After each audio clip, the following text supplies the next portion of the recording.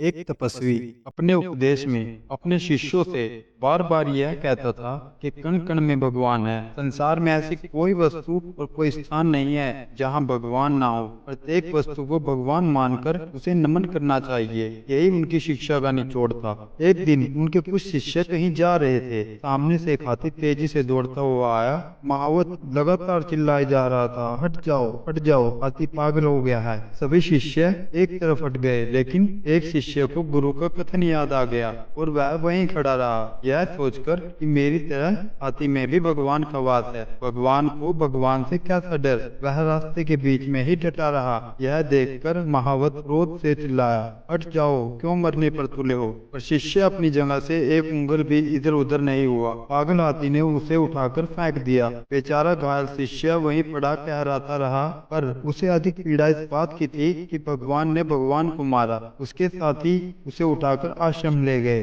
उसने गुरु से कहा, आप तो कहते थे कि प्रत्येक वस्तु में भगवान है। देखो, हाथी ने मेरी कैसी दुर्गति की है। गुरु ने कहा, यह सत्य है कि प्रत्येक वस्तु में भगवान है। निश्चय ही हाथी में भी भगवान का वास है, परंतु उस महावत में भी तो भगवान है। तुम उसकी चेतावनी सुनकर मार्ग से हटे क्यों नहीं। गुरु की बात सुनकर शिष्य को अपनी भूल का एहसास हुआ। इस कहानी से हमें यह शिक्षा मिलती है कि किसी भी शिक्षा को आधी अधूरी समझकर उसे प्रयोग में लाना बुद्धिमानी नहीं, मूर्खता है। तो आपको किसी भी काम को तभी शुरू करना चाहिए जब आप उस काम को करने में पूरी तरह से निपुण हो जाओ। वीडियो अच्छी लगे तो वीडियो को शेयर करें, लाइक करें।